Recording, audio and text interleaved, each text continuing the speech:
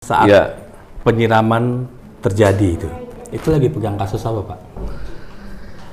banyak sebenarnya. Oke. Ada beberapa kasus, tapi saya kemudian menduga memang ada kelompok tertentu yang berafiliasi dengan pelaku-pelaku kejahatan korupsi. KPK sekarang di mana, Pak? Ya, KPK sekarang Banyak yang bilang, ini Pak Anies nggak pernah dipanggil KPK nih karena ada Bapak nih. Katanya begitu nih. Kita masuk TWK nih, Pak ya? hasil tes dengan penyingkiran itu suatu hal yang berbeda.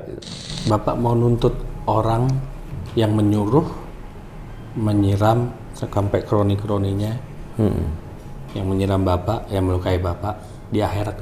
Assalamualaikum warahmatullahi wabarakatuh. Selamat datang di Polcast.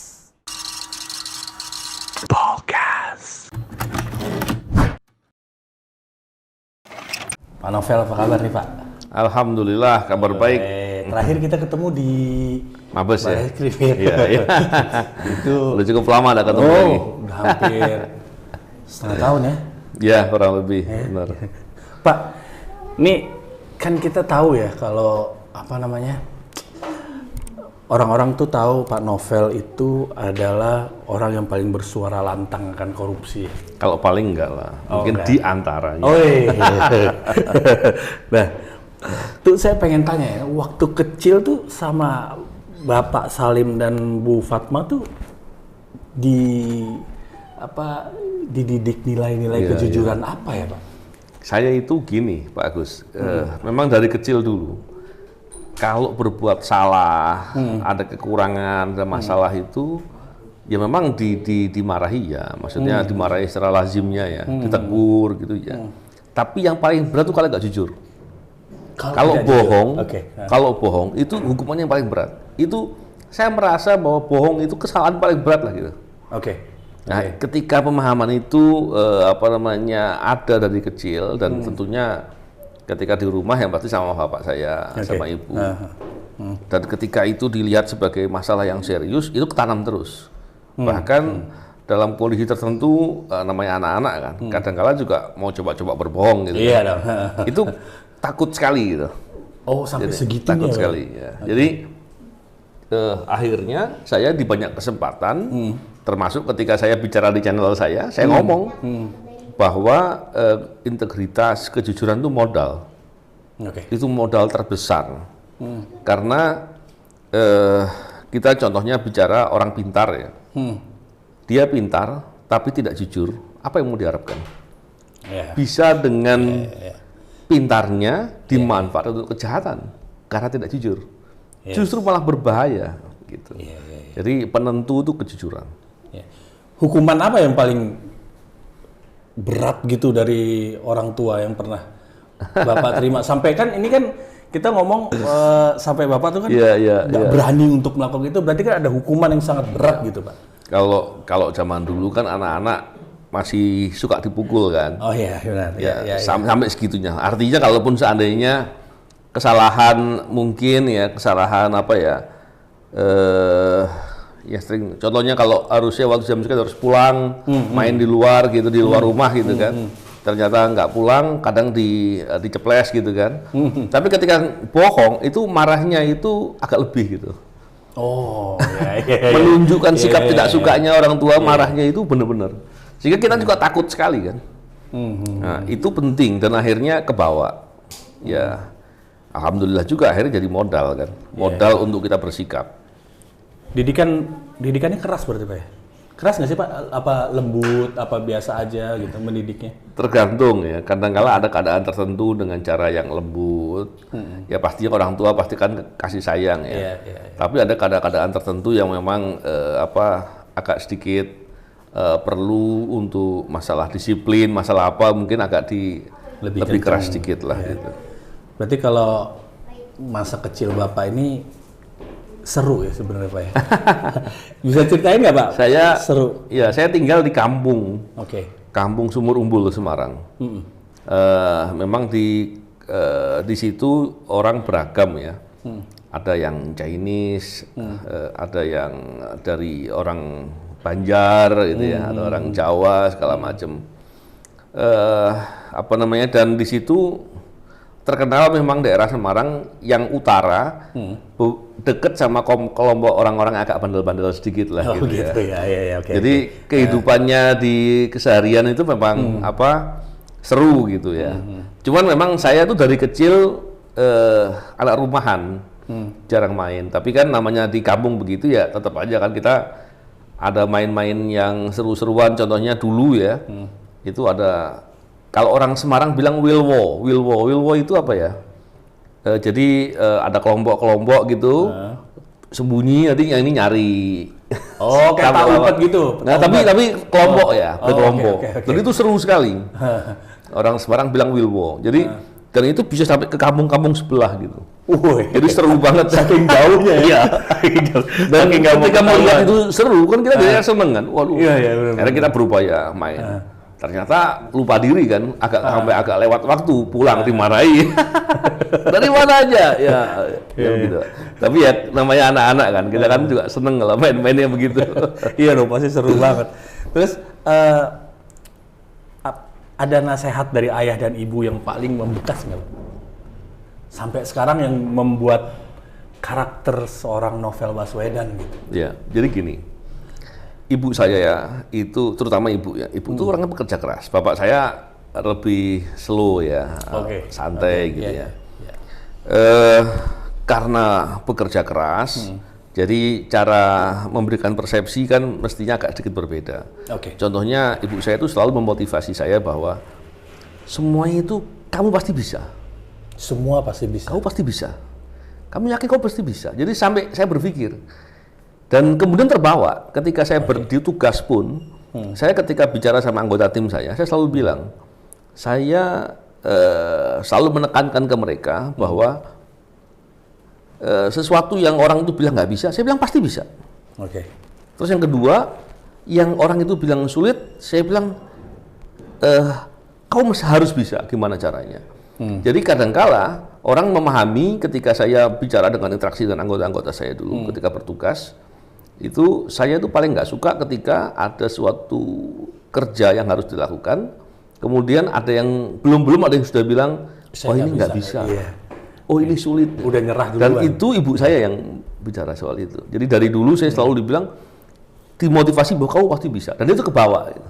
Dan setelah saya pikir-pikir emang benar, segala sesuatu kalau kita lakukan dengan sungguh-sungguh pasti bisa, insya Allah pasti bisa. Dan segala sesuatu ketika sulit pun, ketika kita memikirkan benar-benar, justru membuat kita akan kreatif, dan disitulah kemudian ada jalan-jalan yang kita bisa jadikan terobosan. Karena kalau kita sekedar hanya melakukan sesuatu yang bisa-bisa saja, kita masuk zona nyaman loh. Kita hanya so-so saja lah gitu. Nggak ada hal yang yang khusus, yang spesial yang bisa kita buat untuk membuat terobosan atau membuat suatu hal baru. Gitu. Pengaruh darah kepahlawanan, Pak? Sebenarnya gini ya, memang kakek saya Umar Baswedan, cuma bersaudara dengan Abdurrahman Baswedan. Jadi memang saya dari kecil saya sering mendengar mengenai perjuangan-perjuangan yang dilakukan baik oleh kakek saya sendiri ataupun saudaranya Abdurrahman Baswedan. Nah, ini nih. Coba makanannya bawa sini dong ini supaya gini. Ini kita disponsori alhamdulillah nih sama Abu Nawas Restoran. Ada di Kemang, di Matraman sama di Bali. Wah, nih Abu Nawas Restoran nih. Top dah. Oke. Terusin Pak. Jadi terkait dengan perjuangan, memang saya paham betul bahwa orang-orang yang berjuang itu bukan berarti ketika berjuang terus seperti dapat gaji besar, dapat kenyamanan, enggak. Yang terjadi setiap perjuangan itu justru di situ banyak pengorbanan. Tapi ternyata dari pelajaran-pelajaran yang saya pahami dalam beberapa interaksi selalu dibilang bahwa peduli, membela kepentingan orang itu ada kepuasan luar biasa, dan yang pasti dapat pahala yang itu nilainya nggak ternilai. Ya, itu yang terakhir tuh yang. Nah, tadi kan kita ngobrolin masa kecil, Pak. Masa remaja Bapak nih gimana nih ya? SMP, SMA, sampai masuk Akmil ya? Iya. Ya, itu gimana? Saya masuk Akabri, tapi bidang kepolisian, itu bukan Akmil. Cuman tempatnya pertama kali masuk di Akmil di Magelang. Itu cuma 6 bulan, setelah itu di Semarang. Saya itu kalau bicara remaja, jadi saya mulainya dari kelas 5 SD dulu. Wah, ya oke. Saya itu dulu, waktu SD itu saya nilai saya kurang. Karena saya agak lambat membaca. Nggak pinter. Tapi kemudian kelas 5 SD rank 1. Orang heran, dari mana bisa rank 1? Belajar di mana? Kelas 6 SD, saya, ibu saya sebenarnya itu ngajarin anak yang tinggal di seberang rumah, atau anak Chinese di situ, untuk dilesin matematika. Cuman karena saya punya, sepertinya punya bakat atau kesukaan ya, untuk belajar matematika, akhirnya saya yang sering ngajarin dia. Nah, di situ kemudian sejak SD lah dan SMP, saya menonjol di matematika dan fisika. Dan ya memang kalau di SMP seperti itu. Memang dalam interaksi keseharian saya itu orang yang nggak terlalu banyak, agak pemalu sedikit lah dan lain-lain.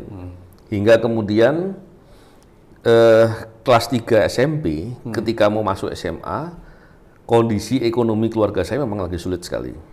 Dan memang bapak saya jarang mau cerita lah ke orang. Ibu saya juga lebih banyak diam, bekerja sendiri dan segala macam. Akhirnya kelas 3 SMP saya datang ke tetangga yang paling miskin di kampung situ lah gitu, yang paling nggak punya lah secara ekonomi. Dia kerja jadi tukang ya. Saya datang, saya bilang, "Mas, ada kerjaan nggak buat saya?"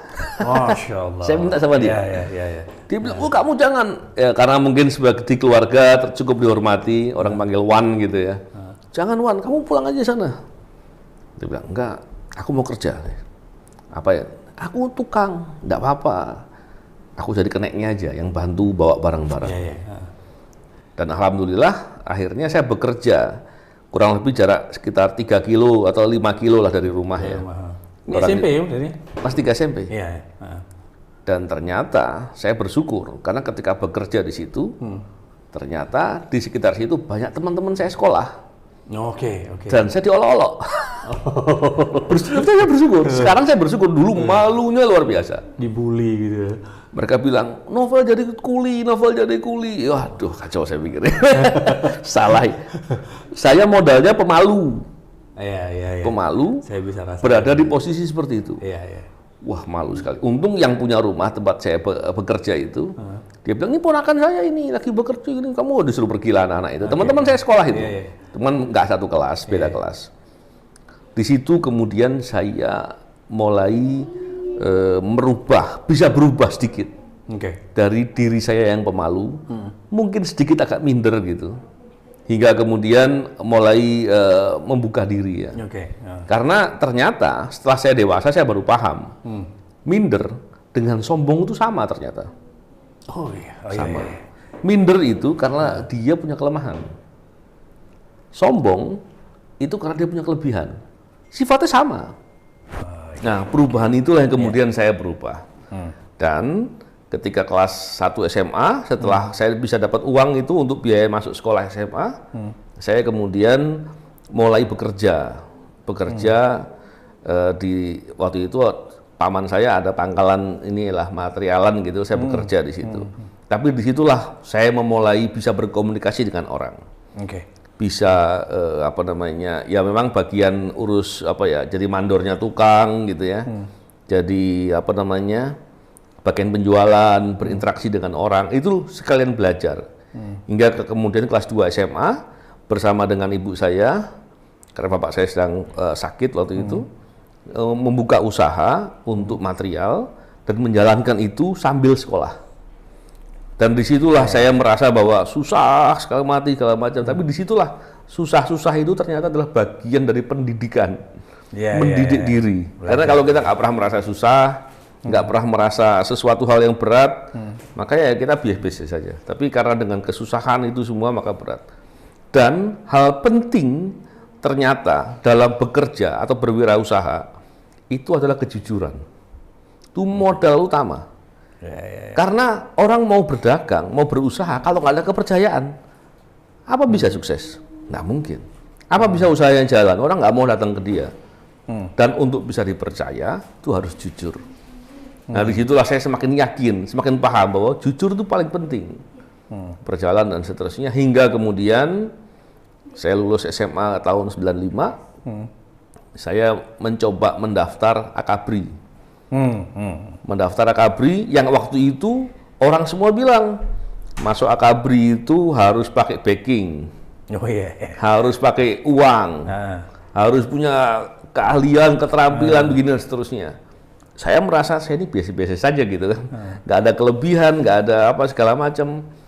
Akhirnya saya coba dan disitulah modal tadi yang saya kumpulkan, modal belajar, modal interaksi, modal bagaimana caranya kepercayaan diri dan lain-lain ini kemudian diuji forum itu. Forum apa? Ujian masuk Akabri. Dan alhamdulillah tanpa pakai backing siapapun, tanpa pakai uang apapun, saya diterima dan masuk Akabri, diterima di bidang kepolisian. Dan kemudian mulai pendidikan di Akabri Akmil, karena pendidikan dasarnya di sana semua, selama kurang lebih 6 bulan. Nggak perlu orang dalam, Pak ya? Nggak perlu orang dalam. Dan semua ternyata di situ juga sekaligus belajar takdir, bahwa semuanya itu Allah yang ngatur, jadi nggak perlu khawatir. Lulus tahun 98 tuh, Pak ya? Iya, saya lulus tahun 98. Terus di Bengkulu tahun 99 ya? Iya. Itu istri saya dari Bengkulu tuh, Pak. Oh ya. Itu tahun 99 Bengkulu masih sepi. Sepi sekali. Terus saat menjabat tuh ada sesuatu yang seru nggak, Pak? Atau ada permasalahan? Kan saya dengar ada walet dan segala macam itu. Gimana? Jadi ceritanya begini. Saya itu dulu ketika masuk di Bengkulu, nggak lama di sana adik saya kecelakaan. Dan butuh uang. Saya bingung, akhirnya saya cari pinjaman. Dulu belum ngerti saya soal riba, pinjam uang riba. Ya, itu salah sebetulnya. Tapi saya lakukan itu. Dan kemudian ada kesempatan untuk berangkat ke Aceh, tugas operasi. Saya bilang, ya udah deh, mau deh, karena dengan berangkat tugas operasi itu saya dapat tambahan penghasilan. Karena ada tunjangan, ada uang makan tambahan dan lain-lain, dan saya berangkat. Di sana saya banyak belajar soal bagaimana percaya dengan takdir, keyakinan segala macam. Di situ menjadi modal tambahan saya lagi. Setelah pulang, kemudian saya tugas menjadi Kapolsek. 2 kali ya jadi Kapolsek. Dan di situ saya sempat hadir di mana saya bertemu dengan warga yang hidupnya sulit sekali akibat illegal logging. Ketika saya menghadapi orang-orang yang begitu, saya selalu bilang, apa yang bisa saya buat untuk Anda? Kepedulian tadi muncul. Dan ternyata kepedulian tadi itu resikonya juga berat. Karena kita akhirnya dimusuhi. Ketika kita mau berbuat untuk berbuat yang benar untuk peduli tadi, dimusuhi. Tapi dimusuhi, dikerjai, segala macam itu justru membuat kita makin kuat sebenarnya.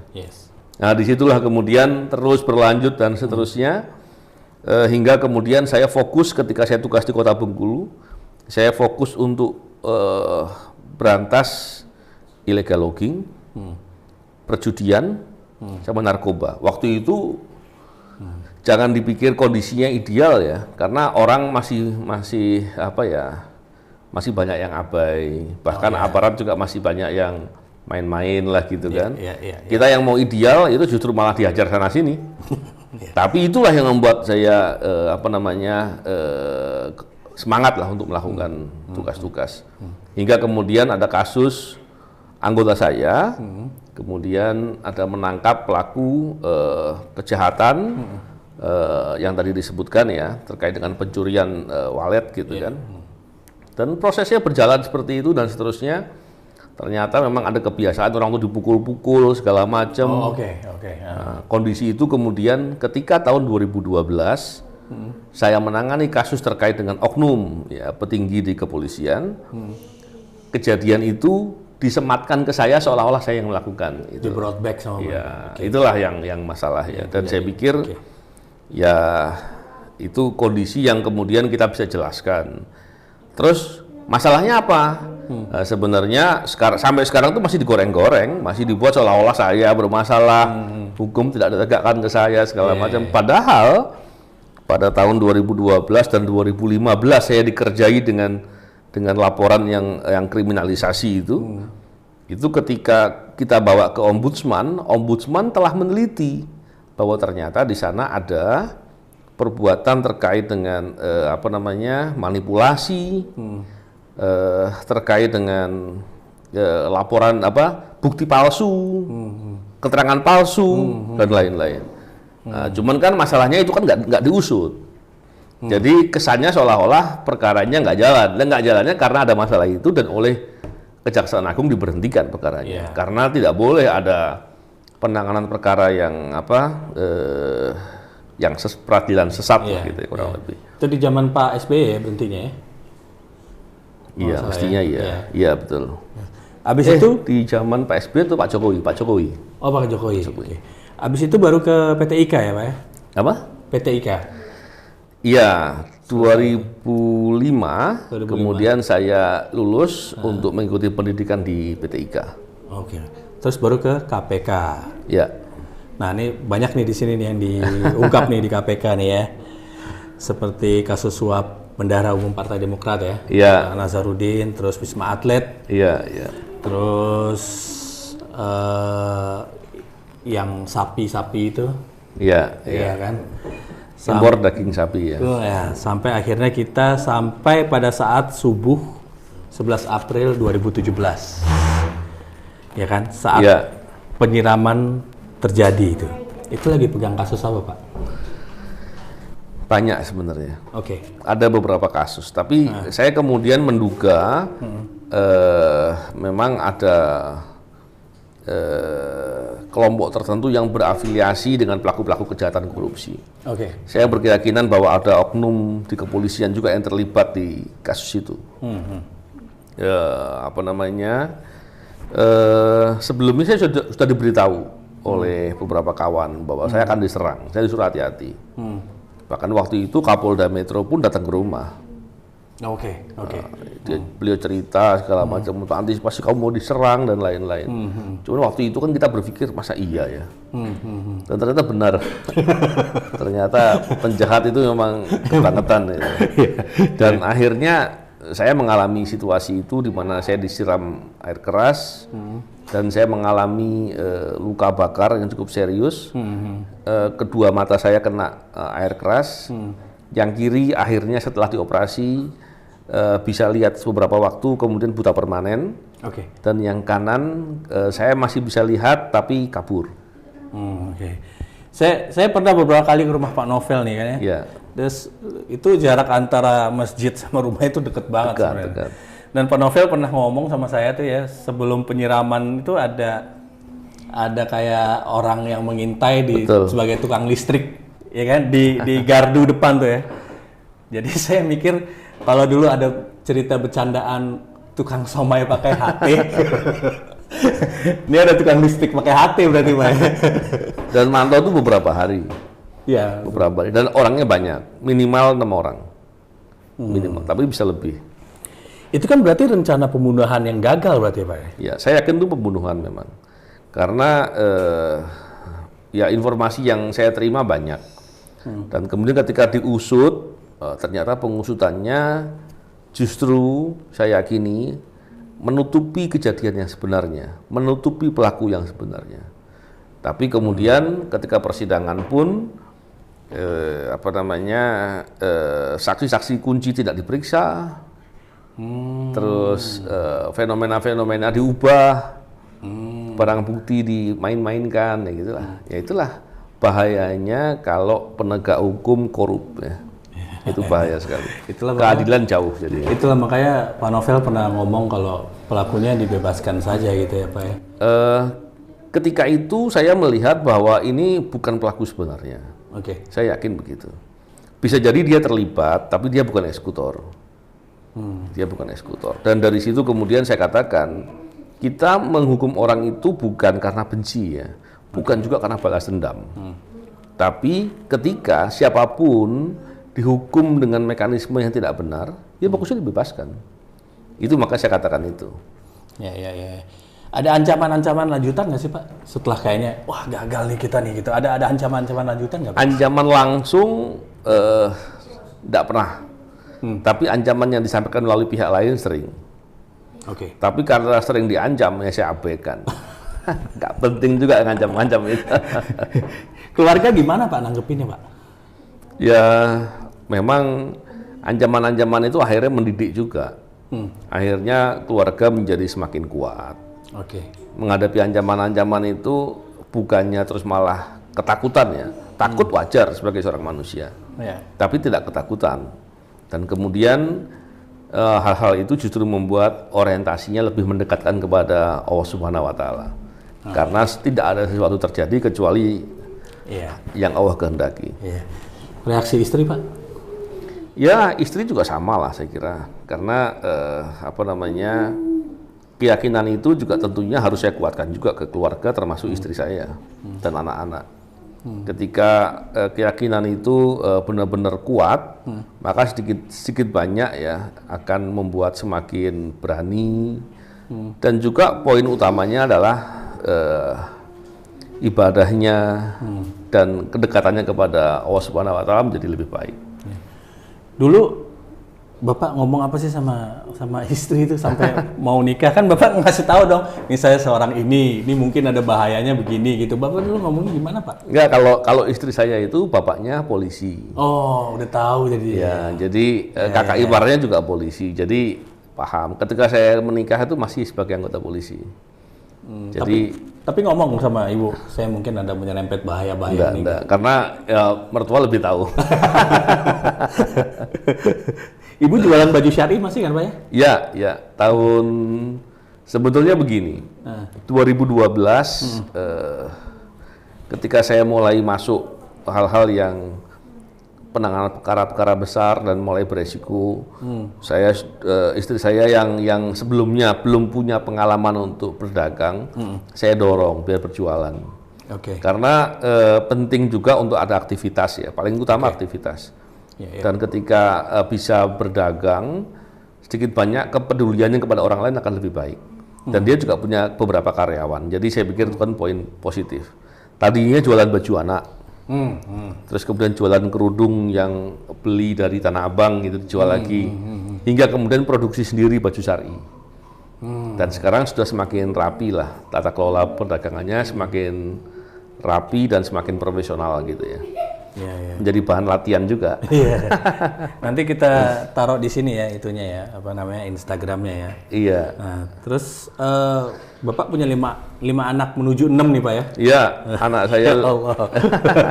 Anak saya insya Allah hampir 6. Hampir 6. Hampir 6. Gitu. Jadi saya punya 4 anak perempuan, 1 anak laki-laki, dan yang 1 semoga laki-laki. Itu ada yang di pondok Pak ya? Iya, anak saya 3 orang ada di 2 orang sekarang. 1 sudah kuliah, 2 di pesantren untuk hafalan Quran. Bapak tuh kan sebagai sosok yang seperti ini gitu, apa sih yang Bapak harapkan ke anak-anak yang perempuan dan yang laki? Bagi saya sederhana sebenarnya. Saya nggak pernah mengarah-ngarahkan yang sesuai dengan pemikiran saya. Saya cuma bilang begini. Yang pertama, hidup itu berinteraksi. Yang pertama, poin utama pasti saya bilang bahwa hidup itu pastinya beribadah. Poin penting. Yang kedua, kita perlu interaksi dengan orang lain. Oleh karena itu kita perlu peduli. Semoga kita bisa menjadi orang yang bermanfaat dan sebisa mungkin memberi manfaat, menjadi bagian dari manfaat buat orang lain. Terus yang selanjutnya jujur. Karena saya yakin ketika kita punya hubungan dengan Allah Subhanahu wa taala dengan hal yang baik, dengan cara yang baik dan konsisten, terus kita jujur, kita peduli dengan orang lain dan ketika kita bicara peduli, pastinya kita akan bisa mengetahui permasalahannya orang dalam konteks kehidupan sosial ya, bukan dalam privasi ya. Terus kita melihat dalam masalah-masalah sosial lainnya, maka kita punya peluang untuk menggunakan ilmu kita dalam mencarikan solusi atas segala permasalahan itu. Bukankah dengan begitu justru kita akan membuat diri kita berinisiasi, bisa berinovasi, kreatif, dan lain-lain. Itu kan poin positif. Kalau kita bisa melakukan hal yang sederhana itu saja, pastilah kita menjadi orang yang bermanfaat dan semoga juga sukses. Tik, biasanya kan sifat anak tuh beda-beda ya Pak ya? Iya, betul. Jika ada anak yang tidak sesuai dengan harapan Bapak gitu ya, misalnya beda sendiri nih anaknya nih, misalnya yang lainnya senengnya, wah ini, wah nih saya tenang deh nih, tapi yang satu nih set kesini sendiri nih gitu, walaupun akhirnya kesini juga, tapi itu Bapak ekspektasinya gimana ya, mau gimana tuh? Kalau saya begini, kalau saya melihat anak-anak itu saya nggak terus mengarahkan mau saya, tapi saya melihat ada anak saya yang orangnya cenderung lebih pendiam. Terus lebih slow ya, nggak yang achievement gitu ya, nggak yang berupaya sungguh-sungguh mengejar dia punya target sendiri gitu ya. Terus suka berkompetisi dengan orang, dengan kelasnya gitu kan. Ada yang slow juga. Saya coba memahami dia dan saya mengarahkan dalam perspektifnya dia. Tapi dalam kaidah-kaidah tadi tentunya agar ibadahnya baik, modal itu utama. Yang kedua, dengan modal integritas atau kejujuran. Yang ketiga, dengan modal peduli dengan orang lain. Nah, ketika kita punya modal 3 itu saja, apapun langkahnya, apapun kecenderungannya, oke. Jadi saya pun bahkan dengan anak-anak saya bilang begini, saya tidak pernah menuntut kamu untuk harus ranking 1 atau nilaimu bagus. Tidak masalah. Tapi dalam bercanda saya juga bilang, bagi saya, kamu nilainya 0 tidak ada masalah pelajaran. Asal semua pelajaran kamu bisa mengerjakan dengan baik. Anak saya selalu bilang, kalau gitu nggak mungkin nilainya 0 dong, Bi. Iya juga. Tapi pada dasarnya saya tidak sedang memaksakan ke dia, tapi memberikan pemahaman untuk dia bahwa belajar itu kebutuhanmu. Mengerti untuk bisa paham segala macam itu kebutuhanmu. Nah, saya dorong, walaupun secara diam-diam juga saya lihat nilainya seperti apa sih sebenarnya, perlu dibantu apa enggak sih gitu. Jadi kemandirian itu penting, makanya saya selalu mendorong. Dan anak-anak saya itu saya lebih suka apabila dia apabila ada tidak mengetahui sesuatu atau perlu dibantu, dia ngomong. Dan saya biasakan begitu. Jadi ketika seumpama dia punya permasalahan untuk menghadapi soal-soal matematika gitu, ya saya akan carikan solusi gitu. Apakah saya ngajarin atau saya minta orang untuk mengajarkan? Bapaknya jago matematika ya kan? tapi poinnya gitulah. Jadi saya mencoba untuk memahami saja, karena itu yang paling baik. Tentunya kaidah-kaidah yang dasar kita arahkan. Nah, ini kan pekerjaan Bapak, let's say kita bilang quote unquote berbahaya ya. Sekarang udah enggak kan? Udah enggak ya? Jika rezekinya habis, Bapak siap nggak? Orang kalau rezekinya habis itu mati. Iya. Jadi kalau rezekinya habis mati, ya mati kapanpun bisa. Dan kondisi kita sebagai manusia tentu kita nggak bisa untuk menolak mati. Jadi saatnya mati, ya sudah, kita mesti harus paham bahwa kematian itu jalan pulang. Dan kita semua pasti pulang. Dan kondisi pulang itu adalah kondisi yang harusnya kondisi yang terbaik, kecuali kalau kita celaka karena bermaksiat, karena tidak beribadah baik, karena kita justru jahat sama orang, itu kan celaka kita. Tapi ketika kita mempersiapkan hal yang baik, maka menghadapi kematian haruslah dengan kebahagiaan, tidak dengan kesusahan. Kita balik ke KPK sebentar nih Pak. Ini kan Bapak sama Pak Anies nih sepupuan ya? Sepupu kedua. Sepupu kedua. Ya. Banyak yang bilang, ini Pak Anies nggak pernah dipanggil KPK nih karena ada Bapak nih. Katanya begitu nih. Iya. Bapak bisa nanggepin nggak tuh Pak? Gini, saya tahu betul sama Bang Anies ya. Jadi Bang Anies ini komitmen anti korupsi juga kuat. Kita lihat ya selama ini ketika KPK diserang, Bang Anies selalu hadir loh. Bahkan ketika ada pimpinan KPK dikriminalisasi, waktu itu Presiden itu menunjuk salah satunya Bang Alis menjadi tim pencari fakta lah kurang lebih ya, untuk membantu itu. Dan saya tahu betul dalam interaksi dengan beberapa kali dengan Bang Anis, saya selalu katakan, kita selalu saling mendukung untuk kegiatan yang berintegritas dan anti korupsi. Dan itu selama ini ditunjukkan dengan baik. Menjadi gubernur, menjadi menteri, beberapa kali dapat penghargaan, dan komitmen terkait dengan anti korupsi ditunjukkan. Begitu juga ketika menjadi rektor. Itu luar biasa. Jadi saya pikir adanya isu ya yang mengatakan bahwa seolah-olah berbuat korupsi dan lain-lain, itu saya tidak pernah melihat ya.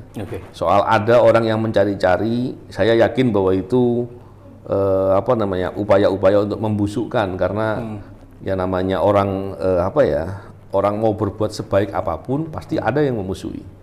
Ya, ketika memusuhi dengan perspektif yang tidak objektif kan nggak bisa jadi ukuran. Tapi yang saya khawatirkan adalah ketika sekarang ini Bang Anies semakin naik ya dalam perspektif dukungan publik, harapan publik. Ini menjadi bahaya ketika orang-orang yang jahat dan kemudian menggunakan sarana penegakan hukum sebagai upaya mengkriminalisasi atau membusukkan dengan framing, dengan persepsi. Nah, ini yang bahaya karena kondisi sekarang di mana korupsi penegakan hukum itu banyak, resiko itu ada. Kita masuk TWK nih Pak ya. Iya. Ini saya agak bingung juga ya, orang dengan track record seperti Bapak masih dipertanyakan juga ya loyalitas kebangsaannya. Itu awalnya gimana ya Pak? Ya, jadi kalau bicara terkait dengan TWK, itu gini. Awalnya ketika adanya Undang-Undang Nomor 19 tahun 2019, di mana diamanatkan pegawai KPK adalah ASN dan dikasih waktu 2 tahun untuk merubah itu. Kemudian untuk melakukan perubahan itu kan perlu peraturan, di antaranya ada PP. PP-nya itu mengatur bahwa perlu ada peralihan. Peralihan ya, bukan seleksi. Peralihan. Dan kemudian dibuatlah peraturan di internal KPK untuk peralihan. Di tengah-tengah peraturan KPK itu dibuat, ternyata kondisi KPK yang dipasung dengan perubahan undang-undang yang baru, yang dibuat lemah, itu ternyata justru malah walaupun dipasung masih bisa mukul lah gitu kurang lebih. Ada menteri-menteri tertentu ditangkap, ada kasus-kasus besar sedang diungkap dan lain-lain. Dan ini mengkhawatirkan. Nah, ternyata di saat itu ada oknum-oknum pimpinan KPK. Saya katakan oknum-oknum ya, karena nggak satu jumlahnya. Nah, mereka ini dengan, emang sebetulnya masyarakat sudah tahu lah, karena kredibilitasnya, track recordnya buruk orang-orang ini. Mereka juga pernah melanggar hukum, melanggar etik dan lain-lain, dan itu terlihat. Ternyata mereka ini membuat manipulasi, mempersiapkan jebakan-jebakan hukum dan lain-lain untuk menyingkirkan orang-orang yang bekerja baik di KPK. Memang sih prosesnya panjang sebenarnya. Ada upaya untuk membuat framing, dibuatlah isu radikal. Talibanisme itu. Isu Taliban, nggak nyambung saya pikir. Saya pernah datang ke BNPT, saya tanya di sana. Waktu itu pimpinannya Pak Suardelius dan semua para deputinya di situ. Kita datang. Emang ada masalah apa dengan KPK? Waktu itu kami sebagai pengurus wadah pegawai ditemani oleh penasihat KPK, penasihat pimpinan ya KPK. Kita bertanya, BNPT bilang nggak ada. Jadi isu-isu itu terus dibuat dan isu itu memang sengaja dibuat sedemikian rupa itu sebagai cara, saya yakin ya, sebagai cara para koruptor untuk melawan balik KPK. Karena selama ini ketika nyerang KPK itu masyarakat selalu membela, tapi ketika dibikin isu itu harapannya masyarakat nggak bela lagi. Ternyata saya baru paham bahwa sesuatu yang diulang-ulangi terus di media, di medsos, itu akhirnya dianggap sebagai suatu kebenaran. Dan ternyata tidak sedikit orang yang kemudian terjebak dalam pikirannya, akhirnya melihat seolah-olah itu benar gitu. Mempertanyakan KPK jadinya. Iya. Bahkan ketika yang dikeluarkan di sana ada rekan saya yang Chinese, ada yang orang Batak, ada yang orang Sunda, ada macam-macam kan. Dan ini kemudian ada orang Jawa dan lain-lain, ada yang agamanya Buddha, ada yang Nasrani, ada yang Muslim. Terus mereka mau mengkelompokkan dalam fenomena apa gitu. Jadi tapi kan stigma yang dibuat seolah-olah orang-orang ini anti Pancasila dan lain-lain. Terus bikin adanya tes wawasan kebangsaan. Padahal dalam peraturannya itu tidak ada tes, yang ada assessment. Tes itu menyaring. Kalau assessment itu memotret. Nah, ketika memotret, pertanyaannya kenapa nggak ada feedback? Bahkan ketika tes itu dalam hak asasi manusia ditentukan, setiap orang yang mengikuti suatu tes atau pemeriksaan atau apa terkait dengan dirinya itu dalam hak dasar manusia, dia punya hak untuk tahu hasilnya. Bayangkan kalau orang kuliah kemudian atau di sekolah gitu ya, nggak ada nilai, ikut tes, kamu nilainya 0, saya salahnya yang mana? Nggak perlu tahu, yang penting kamu 0. Saya salahnya yang mana? Nggak perlu tahu, yang penting nilaimu 0. Iya, benar. Itu kan pembodohan. Iya. Dan itu melanggar hak asasi manusia. Kami gugat, kami minta itunya, mereka bersembunyi, berdalih. Tapi kami lapor Komnas HAM, kami lapor Ombudsman, mereka mengatakan bahwa pimpinan KPK ini melakukan manipulasi, melakukan rekayasa, dan melakukan pelanggaran hukum dan pelanggaran hak asasi manusia. Nah, sekarang prosesnya lagi dilakukan di PT UN, sedang berjalan ya. Semoga dalam waktu dekat akan ada putusan dan putusannya semoga berkeadilan. Tapi yang menarik adalah sekian lama KPK itu ada, baru kali ini KPK digunakan oleh orang-orang yang memang kebetulan track recordnya memang buruk ya. Dari awal kita juga sudah menduga mereka orang-orang yang nggak ada komitmen beratas korupsi dan bermasalah. Dan kemudian mereka memakai untuk melakukan tindakan-tindakan yang manipulatif dan berupaya menyingkirkan orang-orang KPK yang bekerja baik dari KPK. Ini baru kali ini. Dan ini dahsyat sekali. Artinya ya era yang terburuk dalam KPK. Ya, itu harus dijadiin highlight tuh, menyingkirkan orang-orang yang bekerja baik di KPK. Dan itu semua orang tahu lah, karena fenomena itu kemudian terpotret dari setelah kami orang-orang baik itu dikeluarkan dari KPK, KPK-nya nggak bekerja apa-apa gitu, atau bekerja sekedarnya. Kalau ada nangani perkara ya perkara-perkara biasa, maksimal ya bupati lah gitu kan. Kalau kita lihat lagi, apakah pencegahannya berjalan? Nggak juga. Katanya pencegahan, nah, pencegahannya yang mana gitu? Dulu pencegahannya bagus banyak ya, walaupun pencegahan memang jarang dipublikasi ya. Tapi sekarang nggak dipublikasi dan nggak nambah gitu, nggak kelihatan. Itu ada 75 yang nggak lulus apa ya? 75, tapi kemudian mereka menentukan dengan suatu parameter yang nggak jelas. Ada 20-an sekian yang dipersilahkan untuk masuk. 20 atau berapa saya lupa. Oh, masuk lagi gitu maksudnya. Tapi harus ikutin pelatihan. Rules dia ya. Pelatihan agak lucu. Di antara yang dipersilahkan itu kemudian bertanya, kami kalau diperbolehkan untuk ikut pelatihan karena nilainya masih bisa segala macam, kita mau lihat hasilnya dulu. Nggak dikasih. Akhirnya ada beberapa orang ini, walaupun dikasih kesempatan mereka nggak mau. Contohnya rekan saya, Hotman Tambunan, ada Tata, ada beberapa lagi yang lain, dikasih kesempatan, tapi karena dia tidak pernah diberitahu hasilnya, maka dia nggak mau. Sama seperti gini lah, seandainya ada mahasiswa atau anak sekolah gitu ya, ikutin tes, dibilang nilaimu nggak lulus, tapi kamu boleh ikut pelatihan, nanti akan diluluskan. Aku pengen tahu dong hasilnya apa. Nggak boleh tahu. Boleh ikut remedial gitu. Bukan remedial tapi nggak boleh tahu hasil yang kemarin. Tuh nggak mau dong, itu apa namanya? Akhirnya ya itulah perlakuan-perlakuan yang sewenang-wenang, diskriminatif dan tidak mengikuti kaidah-kaidah hukum dan hak asasi manusia, ya kayak gitu akhirnya. Kalau masih ingat contoh pertanyaannya kayak apa ya? Kalau pertanyaannya itu nggak ada masalah.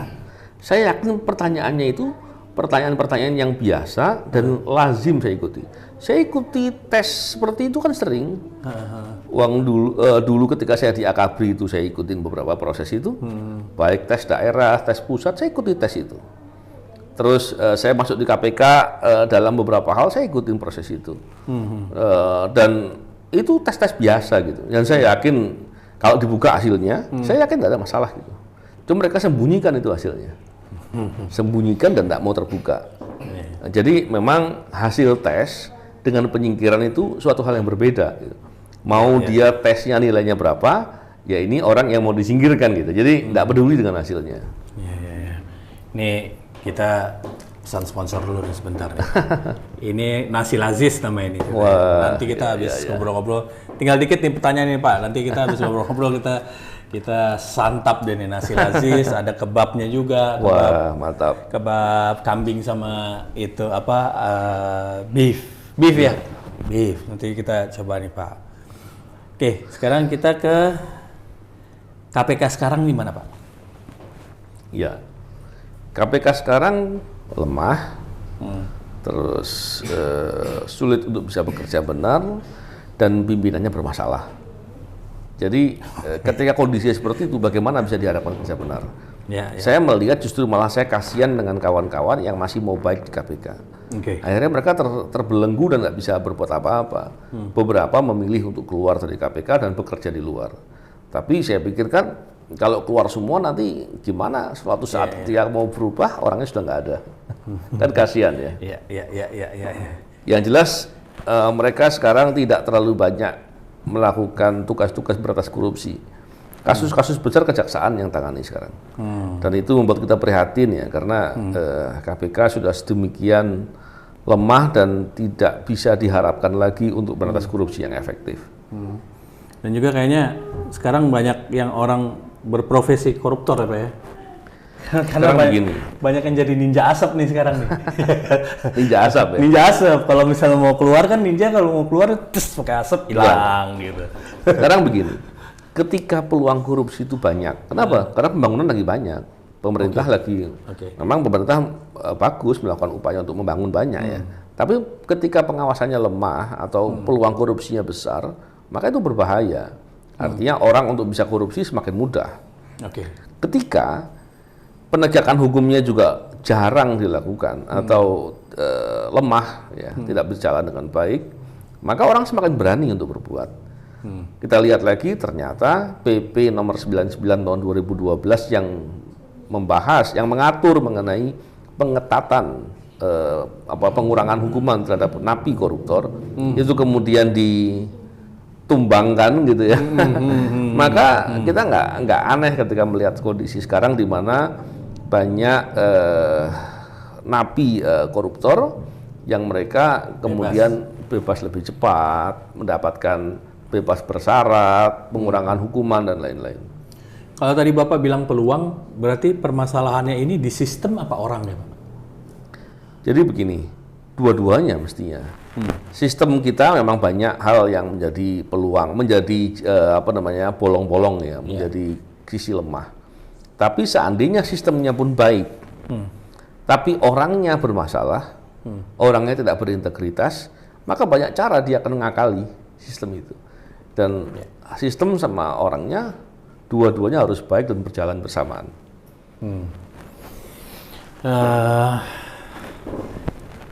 Ngatasin korupsi jadi gimana Pak menurut Bapak? Harusnya yang negara ini lakukan? Kalau negara ini belum melakukan, yang harusnya lakukan ya. Kalau sebetulnya kita bisa contoh banyak negara yang cukup sukses untuk berantas korupsi. Berantas korupsi itu intinya adalah penegak hukumnya harus beres dulu. Kalau penegak hukumnya beres, terus kemudian mereka bisa melakukan tugasnya dengan baik, maka perubahannya akan banyak. Makanya seharusnya berantas korupsi itu dimulai dari sektor penegak hukumnya dulu. Penegak hukumnya sudah dipastikan tidak atau sudah berkurang sekali korupsinya, maka penegak hukum ini akan menegakkan aturan-aturan dengan benar, dan itu akan berdampak di banyak hal, baik sektor ekonomi, sosial, politik, dan lain-lain. Ini saya kasih 2 pertanyaan terakhir nih Pak. Bapak pernah nangis nggak Pak meminta sama Allah untuk kebaikan negara ini? Kalau nangis sering lah mestinya. Cuman seringnya nangis untuk diri sendiri. Oke. Karena tentunya kita berharap kita bisa baik ya. Setelah baik kita akan bisa berkontribusi untuk perbaikan lingkungan, masyarakat dan bangsa dan negara. Tapi tentunya saya sering berdoa agar Indonesia punya pemimpin yang baik, yang adil, dan para pimpinan-pimpinan sekarang dibuka hatinya untuk